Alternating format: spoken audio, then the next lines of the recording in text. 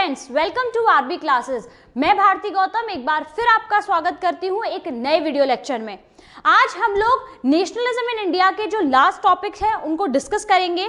Mostly topics हम लोग इसके कवर कर चुके हैं। अगर आपने वो वीडियोस अभी तक नहीं देखे हैं तो डिस्क्रिप्शन बॉक्स में आपको पूरी प्लेलिस्ट का लिंक मिल जाएगा, वहां से आप वो वीडियोस देख सकते हैं। जैसा कि हम लोगों ने प्रीवियस वीडियो में ये चीज डिस्कस करी थी कि किस तरीके से डिफरेंट लोगों ने किस आइडियोलॉजी के साथ सिविल डिसोबीडियंस मूवमेंट में पार्टिसिपेट किया था। हम लोगों ने रिच पीजेंट्स के बारे में पढ़ा, पुअर पीजेंट्स के बारे में पढ़ा, बिजनेस क्लास के बारे में पढ़ा और जो इंडस्ट्रियल वर्किंग क्लास थी उसके बारे में पढ़ा। लेकिन हम यहाँ पर एक बहुत ही इंपॉर्टेंट कम्युनिटी को मिस कर गए और वो था विमेंस का पार्टिसिपेशन। एक ऐसा ग्रुप जिसने पहली बार किसी मूवमेंट में पार्टिसिपेट किया था। गांधी जी ने सिविल डिसोबीडियंस मूवमेंट के लिए जिस मुद्दे को चुना और जिस मुद्दे को लेकर वो आगे बढ़ रहे थे, उस मुद्दे से सबसे ज्यादा रिलेट किया विमेंस ने खुद को। विमेंस सॉल्ट की इंपॉर्टेंस को बहुत अच्छे से जानती थी, खाने में इसकी क्या इंपॉर्टेंस है और खाना इसी से बनता है, इसी से खाने में टेस्ट आता है, ये सबसे बेहतर जो समझती थी वो विमेंस समझती थी। इसीलिए जब गांधी जी ने सॉल्ट मार्च स्टार्ट किया तो गांधी जी जगह जगह पर रुककर लोगों को एड्रेस किया करते थे, लोगों को स्वराज का मतलब बताते थे और इस सॉल्ट टैक्स कितना घृणित कानून है इसके बारे में लोगों को बताया करते थे। तो विमेंस जो है बहुत भारी तादाद में गांधी जी को सुनने के लिए घरों से बाहर निकलती थी, जो कि एक कॉमन चीज नहीं है। ये चीज आपको पता होगी कि उस टाइम पर विमेंस की कंडीशन कोई खास अच्छी नहीं थी, लेकिन फिर भी इस मूवमेंट में पार्टिसिपेट करने के लिए औरतें अपने घर से बाहर निकलती थी और गांधी जी को सुनने के लिए आती थी। और जगह जगह से गांधी जी के साथ सॉल्ट मार्च में विमेंस ने पार्टिसिपेट भी किया। इसके अलावा न केवल विमेंस घरों से बाहर निकली गांधी जी को सुनने के लिए, इसके अलावा विमेंस ने मार्चेस में प्रोटेस्ट किया, सॉल्ट को मैन्युफैक्चर किया और इसके अलावा जो लिकर शॉप्स और इंपोर्टेड गुड्स की पिकेटिंग होती थी उसमें भी बढ़ चढ़कर पार्टिसिपेट किया। विमेंस ने ये सारे काम किए। हमने प्रीवियस वीडियो में ये सारी चीजें डिस्कस की हैं कि गांधी जी जो है दांडी पहुंचने के बाद धरासना सॉल्ट मिल को रेड करना चाहते थे, लेकिन उससे पहले ही उनको अरेस्ट कर लिया गया। तो उसके बाद इस मूवमेंट को लीड किया था अब्बास तैयब जी और कस्तूरबा गांधी जी ने, लेकिन थोड़े टाइम बाद उनको भी ब्रिटिश गवर्नमेंट ने अरेस्ट कर लिया। और बाद में जब इस मूवमेंट को धरासना सॉल्ट रेड तक लीड किया और गांधी जी के उस मूवमेंट को आगे बढ़ाया, वो थी सरोजिनी नायडू। सरोजिनी नायडू ने इस मूवमेंट को पूरी तरीके से बहुत अच्छे से लीड किया और धरासना सॉल्ट रेड को पूरी तरीके से सक्सेसफुल बनाया। धरासना में ही जब पीसफुल प्रोटेस्टर्स पर ब्रिटिश गवर्नमेंट ने लाठीचार्ज किया तो वहां पर ब्रिटिश गवर्नमेंट सभी के सामने एक्सपोज भी हो गई थी। विमेंस ने इतना पार्टिसिपेशन इसमें किया और विमेंस डरी भी नहीं। विमेंस जो है जेल जाने को भी तैयार थी, लेकिन किसी भी तरीके से पीछे हटने को तैयार नहीं थी। यहाँ पर हम लोगों ने विमेंस का पार्टिसिपेशन इतनी भारी तादाद में देखा तो हमारे दिमाग में ये क्वेश्चन आना बहुत लाजमी है कि क्या विमेंस की कंडीशन उस टाइम पर ठीक हो रही थी इस मूवमेंट के बाद? लेकिन ऐसा कुछ भी नहीं है। विमेंस की जो कंडीशन थी वो वैसी ही थी क्योंकि सबके दिमाग में सोच ही वैसी थी। लोगों का सोचना था कि विमेन की जो ड्यूटी है वो सिर्फ और सिर्फ एक अच्छी वाइफ बनना, एक अच्छी मदर बनना और घर की चार दीवारी के अंदर रहकर घर के कामों को संभालना। और इसी सोच की वजह से कांग्रेस में भी बहुत टाइम तक विमेंस को कोई इंपॉर्टेंट जगह नहीं मिली थी, लेकिन बहुत बाद में जाकर विमेंस को कुछ पोस्ट दी गई थी, लेकिन उससे पहले उनकी कोई खास इंपॉर्टेंस कांग्रेस में भी देखने को हमें नहीं मिली थी, क्योंकि लोगों की सोच जो है उस चीज को लेकर एक ही बनी हुई थी कि विमेंस जो है घर की चार दीवारी के लिए बनी है, बाहर जाने के लिए नहीं। लेकिन गांधी जी का ये मूवमेंट जिसमें विमेंस ने बहुत बढ़ चढ़कर पार्टिसिपेट किया था और ये जानना हमारा बहुत जरूरी था कि उनकी कंडीशन में कुछ सुधार हुए या फिर नहीं। तो इसका सीधा सा जवाब है कि कंडीशन में कोई सुधार नहीं थे, लेकिन फिर भी विमेंस ने इस मूवमेंट में पार्टिसिपेट किया था।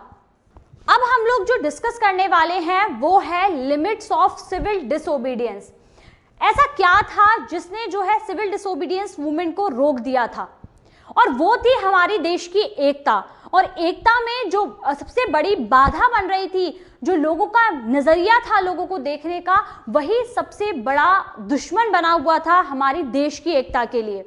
मैंने सेकेंड राउंड टेबल कॉन्फ्रेंस में आपको ये चीज़ बताई थी कि गांधी जी जो है इंडिया के लिए एक रिस्पॉन्सिबल गवर्नमेंट चाहते थे, लेकिन वहां पर डॉक्टर BR अम्बेडकर केवल दलित कम्युनिटी को रिप्रेजेंट कर रहे थे और मुस्लिम कम्युनिटी को जो है मोहम्मद अली जिन्ना रिप्रेजेंट कर रहे थे। तो इस तरीके से इंडिया के लिए एक रिस्पॉन्सिबल और एक यूनाइट गवर्नमेंट का बनना नामुमकिन सा हो गया था, इसलिए गांधी जी को वहां से निराश होकर लौटना पड़ा। अब आप लोग के दिमाग में ये चीज आ रही होगी कि ये दलित और ये क्या है ये चीज, तो यही चीज जो है सिविल डिसोबीडियंस मूवमेंट की लिमिट बन गई, यानी कि एक ऐसी कम्युनिटी जिसने सिविल डिसोबीडियंस मूवमेंट में बिल्कुल भी पार्टिसिपेट नहीं किया, और वो थी अनटचेबल्स। ये अनटचेबल्स वो थे जिन्हें अगर मैं बिल्कुल करेक्ट भाषा में कहूँ, ये हिंदू कम्युनिटी का हिस्सा ज़रूर थे, लेकिन इन्हें एक बहुत ही घृणित माना जाता था, इन्हें देखना भी लोग पसंद नहीं करते थे, इन्हें एक समाज का हिस्सा नहीं समझा जाता था। सारे जो गंदे काम होते थे वो इन लोगों से करवाए जाते थे। इस तरीके की कम्युनिटी थी, इन लोगों को अलग से कोई भी राइट्स, कोई भी दर्जा नहीं दिया हुआ था। मतलब किसी को किसी नाम से कब बुलाना शुरू किया गया इसकी कोई फिक्स डेट नहीं हो सकती है, लेकिन आपकी बुक्स में मेंशन किया गया है, इसलिए मैं आपको बता रही हूँ। 1930 से अनटचेबल्स ने खुद को दलित और ऑप्रेस क्लास कहना स्टार्ट कर दिया था। दलित का मतलब होता था कुचला हुआ, और वाकई में उस टाइम पर इनके साथ जैसा बिहेव किया जाता था इसके लिए ये वर्ड था कुचला हुआ। इन्हें बिल्कुल कुचल दिया गया था, किसी भी तरीके से राइट्स इनके पास नहीं थे, ये अपनी आवाज़ नहीं उठा सकते थे, अपने लिए कोई डिमांड ये लोग नहीं कर सकते थे। यहाँ पर मैंने आप लोग को ये चीज़ कुछ पॉइंट्स में मेंशन की है, और इस पॉइंट से ये चीज़ आपको बहुत अच्छे से क्लियर होगी। बहुत टाइम तक कांग्रेस ने भी अनटचेबल्स को सपोर्ट नहीं किया था, क्योंकि कांग्रेस में जो हाई क्लास हिंदू थे, कंजर्वेटिव हिंदू थे, हिंदू महासभा थी, उनके रहते हुए कांग्रेस जो है अनटचेबल्स को सपोर्ट नहीं कर सकती, क्योंकि अगर वो उन्हें सपोर्ट करती तो वो इन सब का सपोर्ट जो है खो देती, और उस टाइम पर इन लोगों का सपोर्ट बहुत ज़्यादा मायने रखता था कांग्रेस के लिए। तो कांग्रेस ने कभी अनटचेबल कम्युनिटी को सपोर्ट नहीं किया, लेकिन गांधी जी इस चीज़ को पूरी तरीके से डिक्लेयर कर चुके थे, जब तक आप इस अनटचेबल वाली प्रथा को खत्म नहीं करेंगे, ये अछूतों वाली छुआछूत की जो प्रथा आप लोगों ने चला रखी है, जब तक आप इसे खत्म नहीं करेंगे, आप 100 साल तक लड़ते रहिए लेकिन आपको स्वराज नहीं मिलेगा। आप जब तक अपनी देश की एकता के लिए काम नहीं करेंगे, आप अपने देश में, अपने समाज में रहने वाले एक वर्ग के साथ इतना बुरा बिहेव कर रहे हैं, तो आप तब तक यूनाइट कैसे हो पाएंगे। यहाँ पर गांधी जी ने सबको एक जैसा दिखाने के लिए डिप्रेस क्लास को हरिजन कहना स्टार्ट किया। उन्होंने जो नाम दिया वो था हरिजन, यानी कि चिल्ड्रन ऑफ गॉड। सभी भगवान की संतानें हैं, ना हाई क्लास हिंदू केवल, ना केवल कोई और वर्ग, बल्कि सभी यहाँ पर जो है हरिजन है, चिल्ड्रन ऑफ गॉड है। इसलिए गांधी जी ने उन्हें हाईलाइट करने के लिए जो ऑप्रेस क्लास थी उन्हें नाम दिया हरिजन, चिल्ड्रन ऑफ गॉड। इसी उसमें आगे बढ़ते हुए डॉक्टर BR अम्बेडकर ने, जब साइमन कमीशन इंडिया आया था 1928 में, तो सारी कम्युनिटीज़ ने उसको बॉयकॉट किया, लेकिन सब चीज़ की चिंता ना करते हुए डॉक्टर BR अम्बेडकर उनसे मिले कि दलित्स को कुछ राइट्स मिलने चाहिए, उनको कुछ सीट्स मिलनी चाहिए, उनके लिए कुछ रिजर्व सीट्स होनी चाहिए, उन्हें अलग से जो है इलेक्टोरेट्स मिलने चाहिए। इस तरीके की डिमांड्स के लिए, इस तरीके की बात करने के लिए BR अम्बेडकर जो है साइमन कमीशन के जो हेड थे सर जॉन साइमन, उनसे बातचीत करने के लिए पहुंचे थे। इस चीज़ को लेकर काफ़ी ज़्यादा बवाल खड़ा हुआ था, लेकिन किसी भी चीज़ की चिंता डॉक्टर BR अम्बेडकर ने नहीं की और वो इस चीज़ के लिए वहाँ पर पहुँचे थे। देखिए, सबसे बड़ी जो चीज़ है, डॉक्टर BR अम्बेडकर ने सारे दलित्स को ऑर्गेनाइज किया और एक कम्युनिटी बनाई जो थी डिप्रेस क्लास एसोसिएशन, और जो दलित्स की डिमांड थी अपने लिए कि एजुकेशनल इंस्टीट्यूशंस में और पॉलिटिक्स में उनकी सीट्स को रिजर्व करना चाहिए, तो वो सारी डिमांड्स जो है उनको सपोर्ट किया डॉक्टर BR अम्बेडकर ने। लेकिन जो सबसे important demand doctor BR Ambedkar ने रखी थी दलित्स के लिए, वो थी सेपरेट इलेक्टोरेट्स की डिमांड। यहाँ पर दो चीज़ हैं, एक है सेपरेट इलेक्टोरेट्स और एक है रिजर्व सीट्स। इन दोनों के बीच में काफ़ी बड़ा डिफरेंस है और हमारे लिए जानना ज़रूरी है कि दोनों के बीच में एक्चुअली डिफरेंस है क्या। देखिए, जब गांधी जी को इस डिमांड के बारे में पता चला कि सेपरेट इलेक्टोरेट की डिमांड जो है रख दी गई है और अगस्त 1932 में ब्रिटिश गवर्नमेंट जो है इस तरीके की डिमांड्स को मानने के लिए तैयार भी हो गई है, तब से गांधी जी ने जो है एक फास्ट अनाउंस कर दिया कि वो फास्ट करेंगे और जब तक इस डिमांड को वापस नहीं ले लिया जाएगा और तब तक वो इस फास्ट को नहीं तोड़ेंगे। उन्होंने ये डिमांड रख दी, चाहे उनकी डेथ हो जाए लेकिन वो इस फास्ट को खत्म नहीं करेंगे जब तक कि सेपरेट इलेक्टोरेट की डिमांड को वापस नहीं ले लिया जाता, क्योंकि गांधी जी इस चीज को जानते थे कि अगर ये सेपरेट इलेक्टोरेट आता है तो इससे भारत की यूनिटी को बहुत बड़ा खतरा है। अब हम लोग बात कर लेते हैं आखिर ये सेपरेट इलेक्टोरेट है क्या। हमारे लिए ये चीज जानना बहुत जरूरी है। मैं यहाँ पर आपसे दो चीजों के बारे में बात कर रही हूं, एक है सेपरेट इलेक्टोरेट और दूसरी जो चीज है वो है हमारे लिए रिजर्व सीट्स।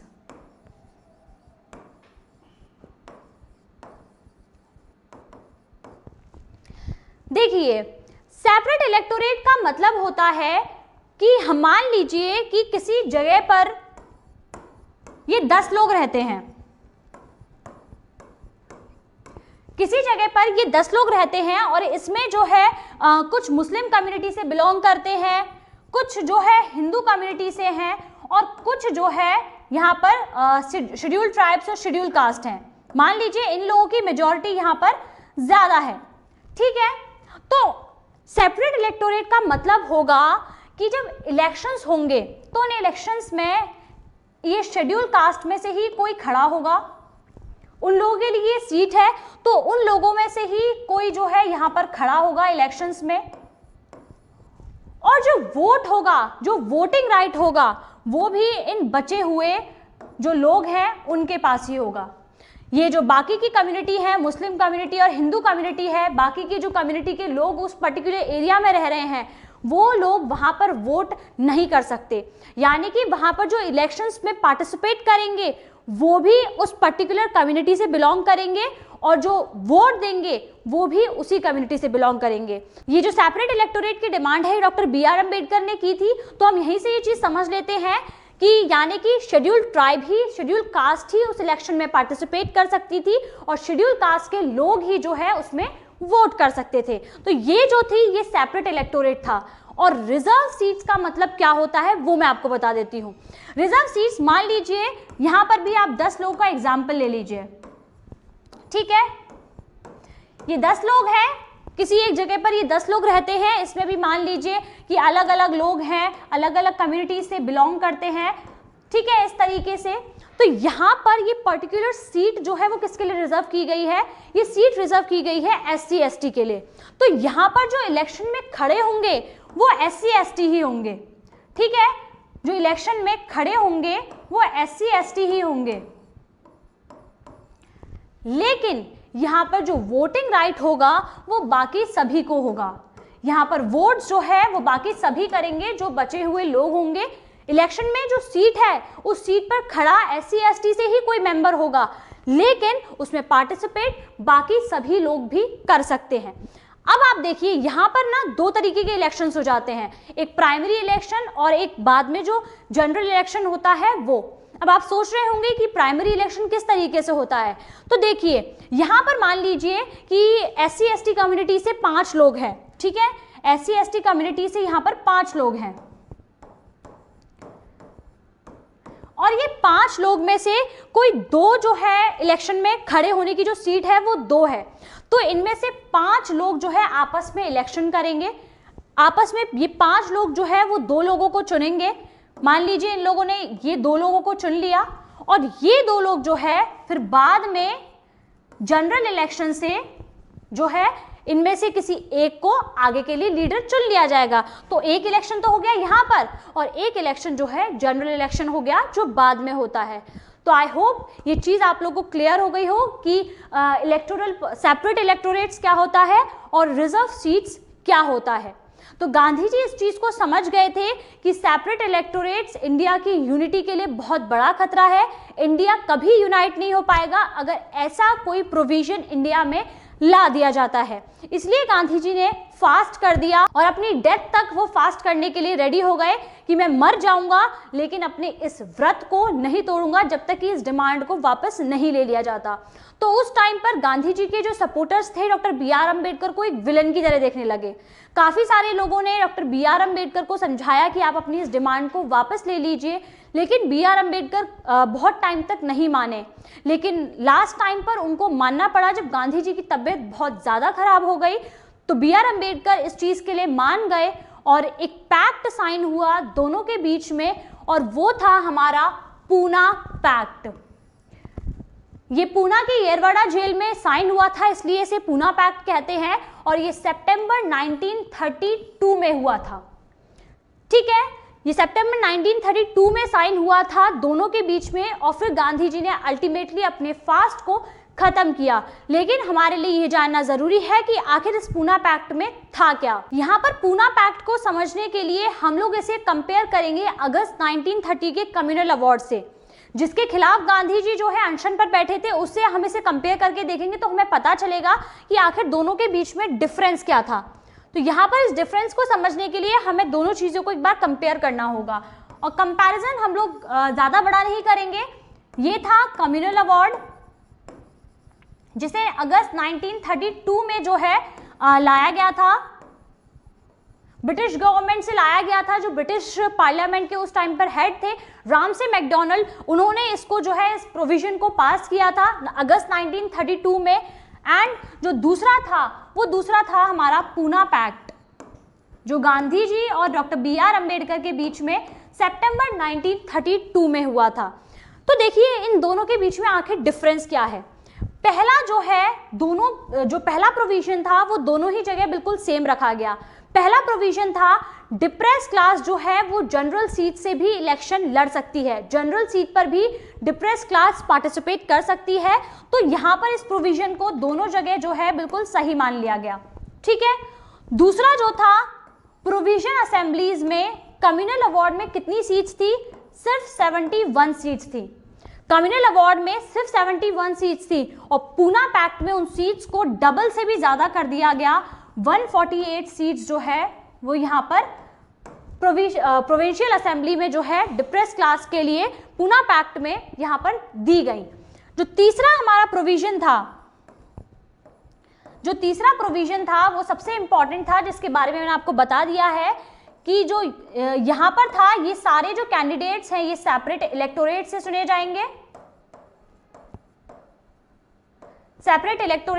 जाएंगे, और यहाँ पर था जॉइंट इलेक्टोरेट, जिसे हम लोग एक तरीके से रिजर्व सीट्स कहते हैं, मतलब एक तरीके से जनरल इलेक्शन। यहाँ पर मतलब उस पर्टिकुलर सीट पर खड़े जो है वो SC ST कम्युनिटी से ही होंगे, लेकिन वोटिंग राइट सभी को होगा, और सेपरेट इलेक्टोरेट में पार्टिसिपेट भी SC ST कम्युनिटी से ही करेंगे और वोटिंग राइट भी SC ST कम्युनिटी को ही होगा, यानी कि उनका एक अलग से इलेक्शन। तो ये जो है दोनों के बीच में डिफरेंस थे, और पूना पैक्ट में इस चीज़ को साइन किया गया, और गांधी जी ने अल्टीमेटली अपने अनशन को ख़त्म किया, और उसके बाद गांधी जी जो है बाद में येरवाड़ा जेल से भी रिहा हो गए थे। इस पूना पैक्ट के बाद जो है पूना पैक्ट हो गया, और उसके बाद जो है काफ़ी सारी चीज़ें जो है काफ़ी सारी कम्युनिटीज़ में क्लैशेस देखने को भी हम लोग को मिले थे, क्योंकि जो खिलाफत मूवमेंट था, जो नॉन कॉपरेशन मूवमेंट के साथ चल रहा था, वो पहले खराब हो गया था, वो पहले अनसक्सेसफुल रहा। इस वजह से इन दोनों कम्युनिटीज़ के बीच में भी कुछ बात नहीं बन रही थी। और अब जब पूना पैक्ट साइन हो गया तो सभी जो दलित क्लास थी उनका कहना था कि गांधी जी ने पहले इस चीज़ को अपोज नहीं किया, और जब हमारी बारी आई तो गांधी जी इस चीज़ को अपोज करने लगे। तो यहाँ पर कुछ डिप्रेस क्लास जो थी वो भी गांधी जी से कुछ खफा थी। तो इस तरीके से जो यूनिटी में कुछ दरारें देखने को मिल रही थी, लेकिन अल्टीमेटली जो हमारा इंडिया था वो इंडिपेंडेंस की तरफ बढ़ रहा था। हमारा भारत स्वराज की रास्ते पर आगे बढ़ रहा था, और कुछ और संघर्षों के साथ उसे स्वराज मिलने को था। लेकिन हमारे लिए सोचना ज़रूरी है कि लोगों के अंदर इस तरीके की भावनाएं थी, नेशनलिज्म की फीलिंग थी, उस फीलिंग को स्ट्रॉन्ग करने के लिए किस तरीके से लोगों ने काम किया। तो देखिए यहाँ पर जो लोग हैं, जो राइटर्स हैं, जो पोइट्स हैं, वो अपनी अपनी जगहों पर जाते थे और जो इस तरीके की स्टोरीज होती थी उन स्टोरीज को कलेक्ट करते थे। आज जब हम लोग कभी अभी 26 जनवरी आने वाली है, भारत का गणतंत्र दिवस, और इस दिन हमारा जोश जो है वो एक अलग ही लेवल पर होता है। जब हम पेट्रियोटिक सॉन्ग सुनते हैं, स्टोरीज सुनते हैं, तो हम लोग उस चीज़ को बहुत बेहतर तरीके से समझ पाते हैं कि हमारे देश को आज़ादी कैसे मिली।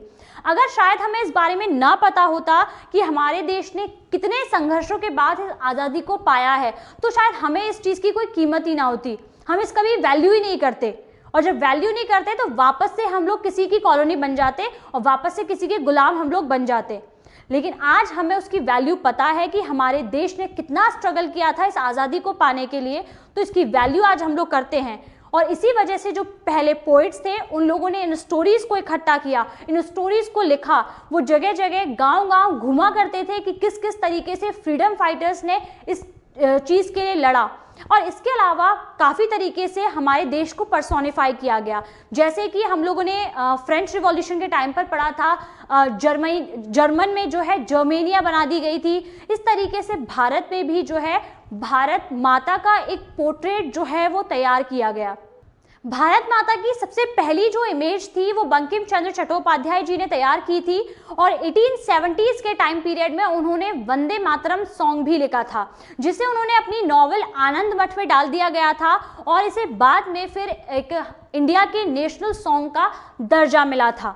इसके अलावा जो सबसे बाद में थोड़े टाइम बाद जो एक नया पोर्ट्रेट तैयार किया गया भारत माता का, वो तैयार किया अबेंद्रनाथ टैगोर ने। ये जो पोर्ट्रेट था ये कुछ सन्यासी जैसा पोर्ट्रेट था, यानी कि हाथ में माला है, कमंडल है, कुछ इस तरीके का पोर्ट्रेट, किसी भी तरीके के हथियार इनके पास नहीं था। लेकिन बाद में जब इसको और ज़्यादा पर्सोनिफाई किया गया, एक नया पोर्ट्रेट तैयार किया गया, तो भारत माता की जो छवि थी वो कुछ अलग थी, जिसके हाथ में त्रिशूल भी था, कमल भी था, तलवार भी थी, मतलब हथियार भी थे और शांति के तरीके भी थे। यानी कि अब इंडिया केवल शांत बैठने वालों में से नहीं था, अगर कोई उस पर वार करेगा तो वो पलटकर वार करना जानता है। इस चीज़ का मैसेज देते हुए इस पोर्ट्रेट को जो है तैयार किया गया। इस तरीके से ऐसे कुछ पोर्ट्रेट्स तैयार किए गए। इसके अलावा अलग अलग फ्लैग्स तैयार किए जाने लगे और काफ़ी जगह पर जो है पेट्रियोटिक सॉन्ग्स लिखे जाने लगे। रविंद्रनाथ टैगोर जी ने जो है सबसे पहले ये जो लिखा गया था हमारा राष्ट्रगान, ये बांग्ला भाषा में लिखा गया था और बाद में इसे हिंदी ट्रांसलेट किया गया और उसे हमारे राष्ट्रगान का दर्जा दिया गया, जो कि था जन गण मन। तो इस तरीके से काफ़ी सारी चीज़ें लोगों के लिए की गई ताकि उन लोगों के अंदर नेशनलिज्म की फीलिंग काफ़ी ज़्यादा स्ट्रॉन्ग हो और इस तरीके के हिम्स जो हैं, श्लोक बनाए गए, सॉन्ग्स लिखे गए, पेट्रियोटिक सॉन्ग्स लोगों के लिए लिखे गए और लोगों को जो है उनके नेशन के लिए मोटिवेट किया गया। सो फ्रेंड्स, आई होप ये चैप्टर आपको बहुत अच्छे से क्लियर हो। हम लोगों ने जहाँ से जर्नी शुरू की कि किस तरीके से इंडिया ने इंडिपेंडेंस के लिए अपना स्ट्रगल स्टार्ट किया और किस तरीके से वो स्ट्रगल की राह में आगे बढ़ता गया और किस तरीके से उसने इंडिपेंडेंस को पाया। हालांकि यहाँ पर सिर्फ 2 ही मूवमेंट्स को कवर किया गया। जो 1942 का क्विट इंडिया मूवमेंट था उसमें इसे कवर नहीं किया गया है। कभी मौका मिला तो इस मूवमेंट के बारे में भी हम लोग ज़रूर बात करेंगे और इंडिया का कंप्लीट जो इंडिपेंडेंस स्ट्रगल था उसको हम लोग डिस्कस करेंगे। लेकिन अभी आपकी जो एनसीईआरटी बुक्स हैं उसमें इतना ही मेंशन था, तो अभी के लिए मैंने आपको सारी चीज़ें क्लियर कर दी हैं जो आपकी टेक्स्ट बुक्स में थी और टेक्स्ट बुक में नहीं थी, वो भी मैंने आपको काफ़ी सारी चीज़ें बता दी हैं। सो अभी मेरे लिए जो सबसे इम्पॉर्टेंट है वो ये है आप लोग के लिए एक बहुत ही ज़रूरी अनाउंसमेंट बताना, और ये है फ्रेंड्स अनअकैडमी प्रोडिजी, इंडिया का सबसे बड़ा फ्री स्कॉलरशिप टेस्ट जो अनअकैडमी आप लोग के लिए ऑर्गेनाइज कर रहा है। बिल्कुल फ्री है। आप लोग को डिस्क्रिप्शन बॉक्स में जो लिंक दिया हुआ है उस लिंक पर क्लिक करना है और फ्री में इस टेस्ट के लिए खुद को एनरोल करना है। मतलब ऑल इंडिया लेवल पर आप लोग compete करेंगे, जिससे आपको पता चलेगा कि आप लोग की प्रिपरेशन किस लेवल पर चल रही है और आप कितनी टक्कर किसी को दे पा रहे हैं। दूसरी चीज़, आप लोग को जो एक्साइटिंग रिवॉर्ड्स मिलने वाले हैं ना, वो मुझे नहीं लगता कि किसी दूसरे स्कॉलरशिप टेस्ट में आप लोग को मिलेंगे जो अनअकैडमी प्रोवाइड कर रहा है। इसके अलावा 20 लाख प्लस कॉलेजेस यहाँ पर आपको मिलने वाले हैं और इसमें किस क्लास के स्टूडेंट पार्टिसिपेट कर सकते हैं वो मैं आपको बता देती हूँ। तो 7th, 8th, 9th, 10th और इसके अलावा 11th, 12th के इंजीनियरिंग एंड मेडिकल एस्पिरेंट इस स्कॉलरशिप टेस्ट में पार्टिसिपेट कर सकते हैं। तो करना कुछ नहीं है, सिर्फ डिस्क्रिप्शन बॉक्स में जो लिंक है उस पर क्लिक कीजिए और जाकर खुद को एनरोल कीजिए। आप खुद को फ्री एनरोल करने के लिए मेरा कोड यूज कर सकते हैं, that is simply my name BHARTI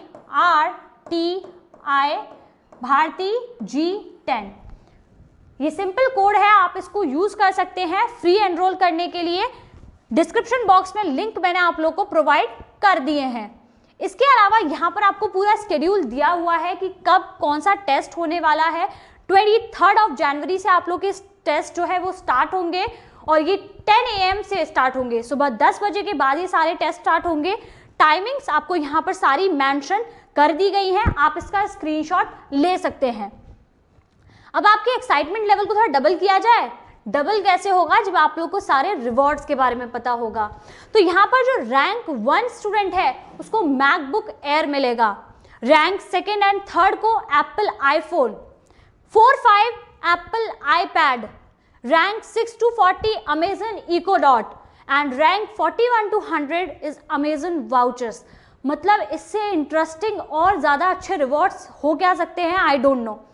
मतलब आपको टेस्ट देना है, अपनी प्रिपरेशन को दिखाना है, टेस्ट को फाइट करना है बिल्कुल फ्री, और इतने अच्छे रिवॉर्ड्स आपका वेट कर रहे हैं। So don't miss the chance. आप लोग जल्दी से जाइए, डिस्क्रिप्शन बॉक्स में जो लिंक है उसे क्लिक कीजिए और खुद को फ्री एनरोल कीजिए। अब आप सोच रहे होंगे कि मैम टेस्ट कैसा आएगा और हम लोग किस तरीके से प्रिपरेशन करेंगे, तो उसकी भी चिंता नहीं है। आप लोग के प्रैक्टिस टेस्ट स्टार्ट हो चुके हैं 16 जनवरी से। आप वो टेस्ट में पार्टिसिपेट करके आप टेस्ट का फॉर्मेट देख सकते हैं, किस तरीके के क्वेश्चन होंगे वो भी वहाँ पर आप प्रैक्टिस कर सकते हैं। तो फ्रेंड्स, यहाँ पर जो फ्री टेस्ट है उसको एनरोल करने के लिए भी आप मेरा कोड यूज़ कर सकते हैं, दैट इज भारती G10। ये कोड यूज़ कीजिए और अपनी प्रैक्टिस कीजिए और स्कॉलरशिप टेस्ट में एक अच्छी प्रेपरेशन के साथ पार्टिसिपेट कीजिए ताकि आप भी ये एक्साइटिंग रिवॉर्ड्स जो है वो जीत सकें। तो मिलते हैं नेक्स्ट वीडियो में एक न्यू चैप्टर के साथ और कुछ न्यू इंटरेस्टिंग अमेजिंग फैक्ट्स के साथ। तब तक के लिए bye bye, thank you very much.